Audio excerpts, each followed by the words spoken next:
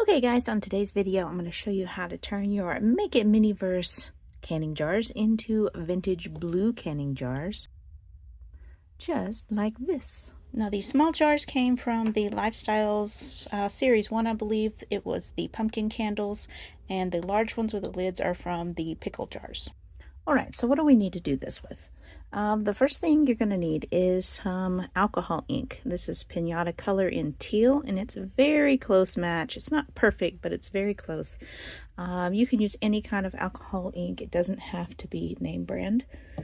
You need a mixing container, just a piece of packaging.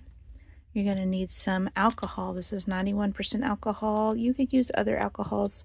I wouldn't use less than, maybe like the 70 something percent, whatever that one is. It'll just take longer to dry and it may not work quite as well. But, I've just got this in a Tim Holtz sprayer. It's just easy for me to handle that way. And you're going to need some Q-tips. So, first thing we need to do is add a little bit of alcohol. You don't have to use a sprayer. You can just, pour a little bit of alcohol in. But you don't want to pour too much. You just want to get just, a little bit in there. Maybe a little bit more than that.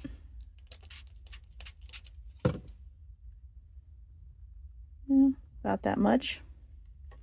You're going to want to get your alcohol ink and put a couple of drops in there. Maybe 3. You can see this alcohol ink, the Pinata brand. Other alcohol inks you might need less, but it's pretty strong. So I'm just going to mix that up, wiggle it around until that alcohol ink is very mixed in and an even color. No dark spots, no streaks. So now you can see we've got kind of a uniform color there, no streaks, nothing. So next thing you're going to do is get your Q-tip and you're going to soak up that alcohol.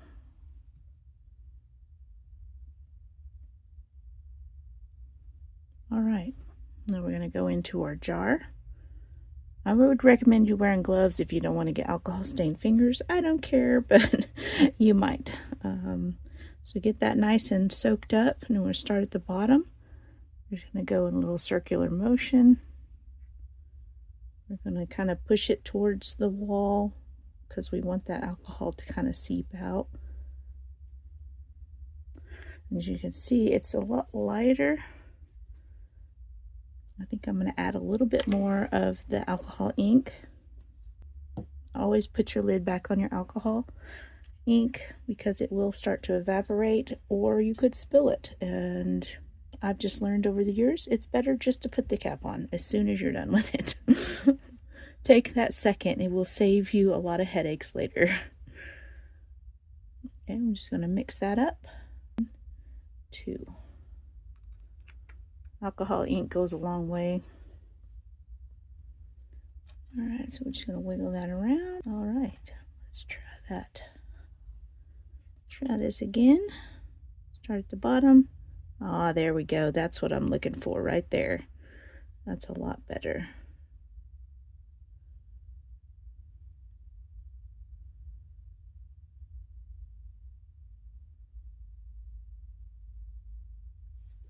I'll let that set for a second.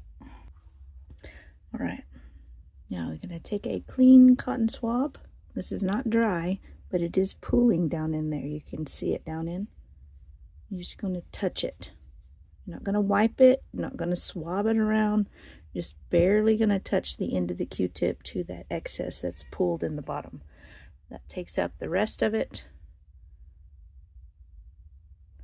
and allows the rest to dry kind of evenly. So while that's drying, I'm going to go ahead and do the other ones, and then I'll show you what to do if you get a look that you don't like. Now, the way I would say on these is that if you get quite a good amount on your Q-tip and you make sure that your spirals are even, you're going to get a better look. rather than it being streaky. If you don't have enough on your cotton swab, it's going to get really streaky. So we're going to let that set for just a minute. We're going to swab up the excess that drains to the bottom, and then I'll show you what we're going to do. Oh, also, I wanted to go ahead and do the lid. This is the little container that came with the turtle in the Lifestyles. It has a little sticker on the top of the lid that you can just peel right off. But I wanted to do the lid as well. We'll see how this turns out.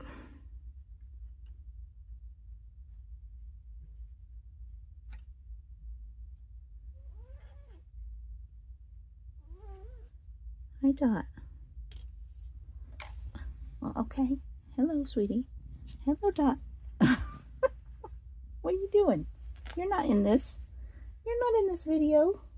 All right, let's go in and pull the excess out. And you get closer to that vintage jar as opposed to like painted jar, if that makes sense. All right, let's go for this one.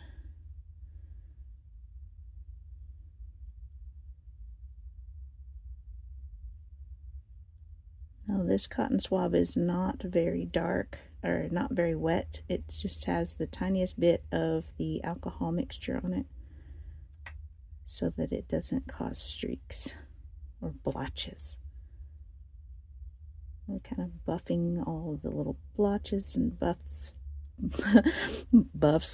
blotches and blemishes out to make it a nice smooth color.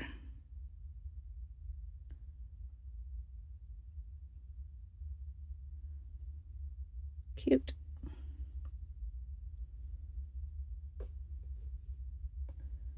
You can see that's the color they were, and they're getting there. All right, let's do these. Soak that up. Soak up that extra. You can see this one does have a nice big blotch right there on the inside. So we're going to buff that out as well. You can see how it's just kind of being diffused a little bit.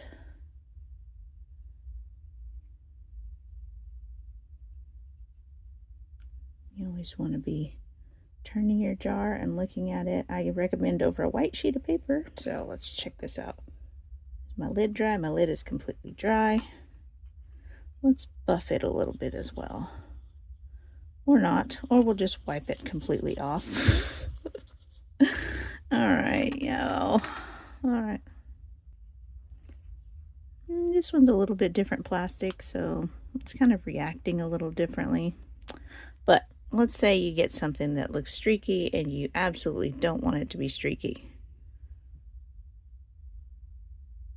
What do?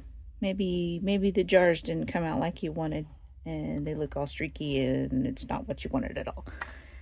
What you're going to do, get you a cotton ball or a makeup sponge or something, spray a little alcohol on it and wipe it off.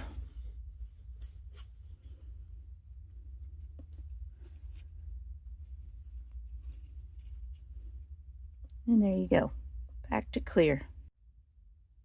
Alright, so once this alcohol in here is dry, it's not going to come off on your finger or food or anything like that. It may eventually scrape off if you use it a lot, but miniatures, you're probably not going to use it a whole lot, but should be pretty good. And if it does get scraped off, you just clear it out with alcohol and do it again. All right, so that's it. I hope you like this little short tutorial. And yeah, I love how these came out. They make me think of a vintage mason jar now, so that's pretty cool.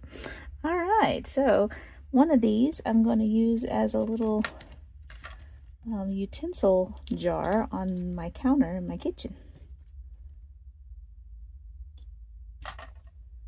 Ta-da! I like it. All right, so thanks for watching. Don't forget to watch Mini Resin Chef Tuesdays at 6 p.m. Central. And check out my Patreon in the description box below. And I'll see you guys next time. Bye!